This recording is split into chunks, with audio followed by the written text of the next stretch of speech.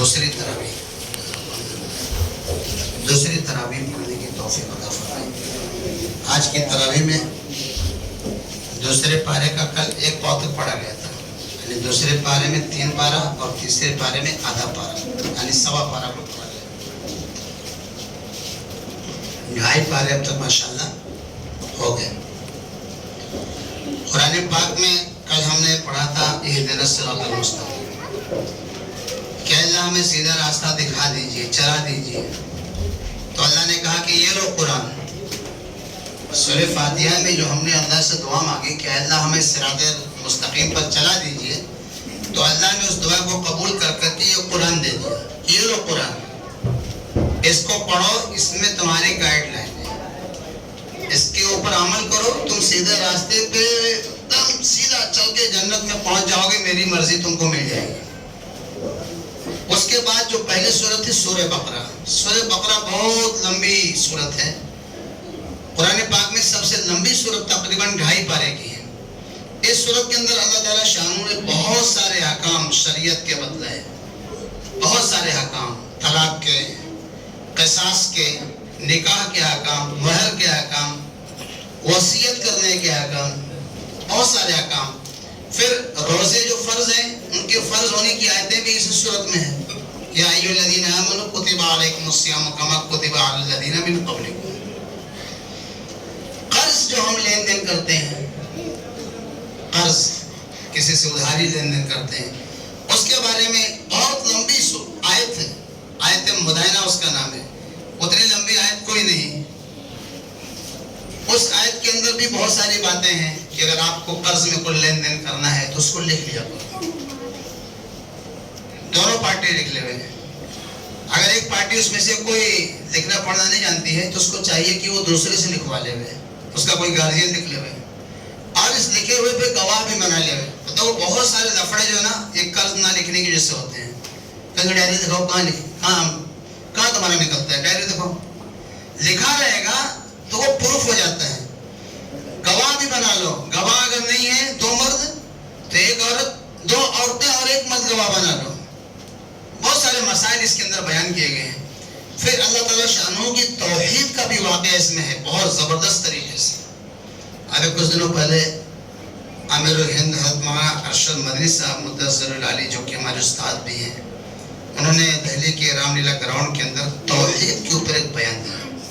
پورے ایوان کفر میں زلزلہ آ گیا۔ حضرت نے کیا فرمایا کہ سارے کے سارے لوگ حضرت آدم کے اولاد ہیں اور اس کو سب مانتے ہیں۔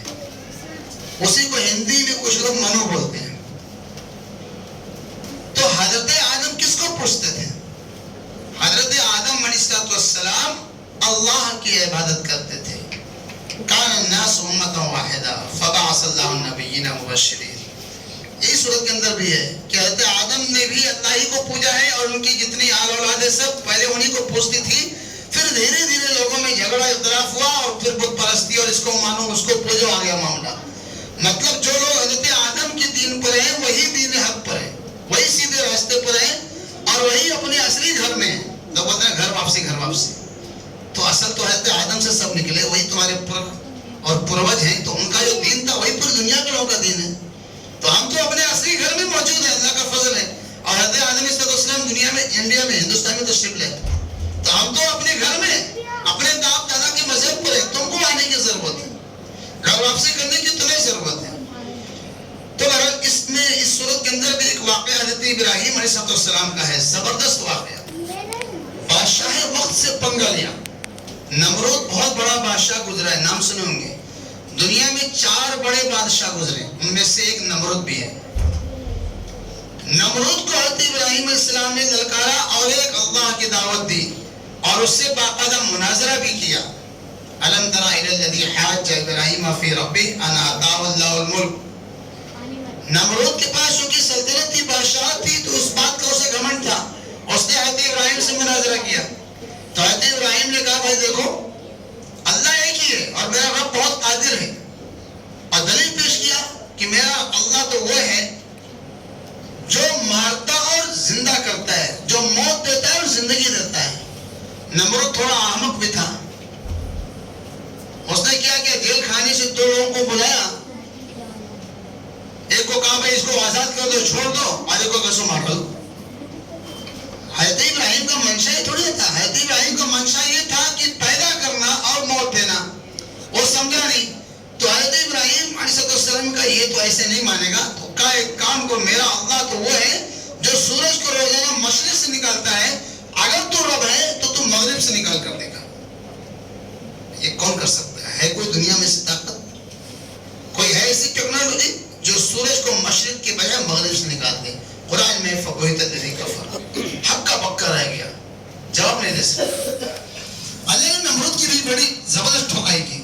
ایک لگڑے مچھر کے ذریعے سے اس کو سزا دی اور وہی اس کی موت کا باعث بنا. سر میں درد اٹھتا ہے, لگڑا مچھر جو ہے ناک کے راستے سے گھس گیا دماغ میں.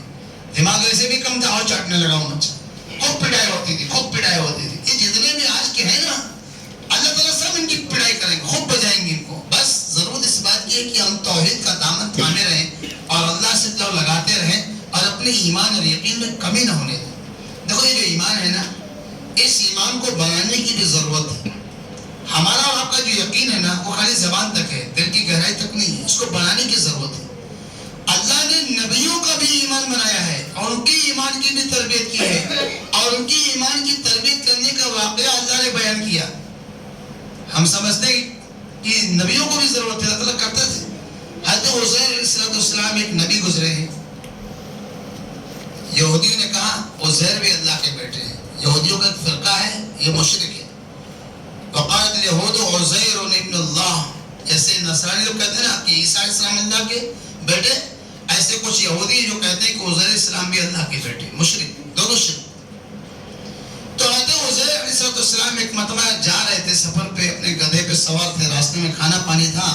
دیکھا ایک بستی تھی بہت ہی ایک دم کھنڈر, اجڑی ہوئی, مرنے والوں کے نشانات, گھروں کے کھنڈرات موجود تھے. تو ایسے منہ سے نکل گیا, انا یحیی ھذا اللہ بعد موتہا, اللہ اس کو ختم ہونے کے بعد سب کچھ اجڑ گیا, اس کو کیسا زندہ پھر کریں گے, پھر اس کو کیسے بسائیں گے؟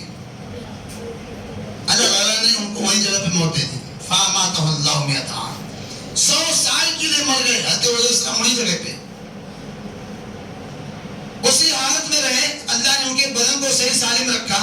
100 سال کے بعد ان کی آنکھ کھلی, اللہ نے ان کو زندگی دی. تو اللہ نے پوچھا کم لبثت, کتنے دن ٹھہرے تھے اس عالم میں؟ لبثت یوما و بعض یوم, ایک دن یا آدھا دن. ایک دن یا آدھا دن میں اس حالت میں تھا. ارے نہیں, 100 سال ہو چکے. قال بل لبثت 100 عام, 100 سال تم اس حال میں پڑے تھے. اب اللہ کی قدرت دیکھو کہ 100 سال تک ایک بدن ہے جو نہ سڑا نہ گلا نہ اور کچھ. پھر اللہ کا تمہارا جو سواری گدا تھا نا, انظر الی حمارک, یہ جو ہڈیاں دیکھ رہی, ہڈیوں کے ڈھانچے نا, یہ تمہارے گدھے کے ہڈیوں کے ڈھانچے ہیں. لیکن آگے کہا وانظر الی طعامک و شرابک, ادھر تم اپنا جگہ کھانا اور پانی دیکھو, سیم ویسے کا ویسا. 100 سال تک وہ کھانا پانی ویسے محفوظ ہے. کون سا وہ اسٹوریج تھا, کون سی ریفریجریٹر تھی؟ بس اللہ کی قدرت. اللہ نے اپنی قدرت کو دکھلایا. تو اللہ تعالیٰ ہر چیز پہ قادر ہے. پھر اللہ کہا دیکھو یہ ہڈیاں نا, دیکھو ہم دیکھو کیسا بھی حکم دیتے ہیں, ان ہڈیوں پہ گوشت چڑھے گا, گوشت چڑھتے چڑھتے کھال چڑھ گئی, آٹومیٹک جانور گدھا زندہ تیار. کہتے ہو سیر سوال کرتے کھا کے چلے گئے. اللہ نے ایمان بنایا. حضرت ابراہیم علیہ السلام ایک ایسے نبی ہیں کہ ان سے بڑا ایمان نبیوں میں ہمارے نبی کے بعد شاید ہی کسی کو, کیونکہ ہمارے نبی سے بڑھ کر تو کوئی نہیں. حضرت ابراہیم نے بھی ایک مرتبہ کہہ دیا رب ارنی کیف تحیی الموتیٰ, اے میرے رب آپ مجھے ذرا دکھائیے, پریکٹیکلی دکھائیے آپ مردوں کو کیسے زندہ کریں گے. ہمارا دیکھو ایمان اور عقیدہ ہے کہ ایک دن مرنا ہے, مرنے کے بعد دیکھو مرنا سب کا عقیدہ ہے, مرنے کو جھگڑا نہیں, مرنے کے بعد واپس سے زندہ ہونا ہے, اس لیے لفڑا ہے. ایمان والوں کا عقیدہ ہے کہ اللہ تعالیٰ پھر سے زندہ کریں گے. اللہ نے دنیا میں دکھایا اس کی نظیر. حضرت عزیر کا واقعہ. پھر حضرت ابراہیم نے کہا کہ اے مجھے دکھائیے کہ آپ مردوں کو زندہ کیسے کرتے ہیں. تو اللہ نے پوچھا ابراہیم کیا تمہیں یقین نہیں؟ نہیں میرے رب مجھے یقین ہے, مجھے میرا ایمان ہے کہ آپ زندہ کریں گے, اس سے ہمارا بھی ایمان ہے. ولیکن لیطمئن قلبی, میں اپنی آنکھوں سے اس لیے دیکھنا چاہتا ہوں تاکہ میرے دل کو سکون مل جائے, اطمینان ملے. کہا ٹھیک ہے, 4 مختلف جانوروں کو آپ لے لو, پالتو جانوروں کو, کچھ پرندے تھے اس میں.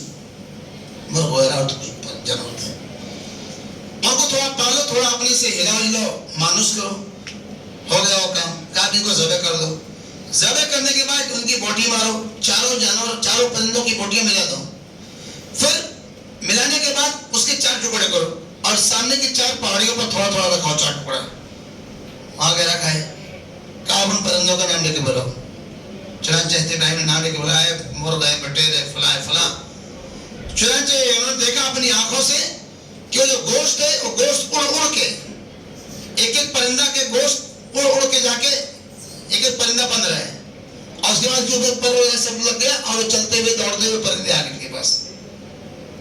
میں نے کہا اللہ کی ذات بڑی قدرت ہے، بڑی زبردست ہے۔ دوستو آخرت کا دن آنے والا ہے، ہمیں چاہیے کہ ہم اپنی زندگی کو شریعت کے مطابق ڈالیں، ایمان اور توحید میں کسی بھی قسم کی کوئی کمی نہ ہونے دیں، سامنے والی طاقت کتنی زبردست کیوں نہ ہو اللہ تعالیٰ شان اس کو ایک دن ضرور توڑ کر رکھیں گے، بس ہمیں توحید کا دامن چھوڑنا نہیں ہے، تقویٰ پرہیزگاری اور احکام شریعت کی پابندی، بہت سارے مسائل اس صورت کے اندر بیان کیے گئے ہیں۔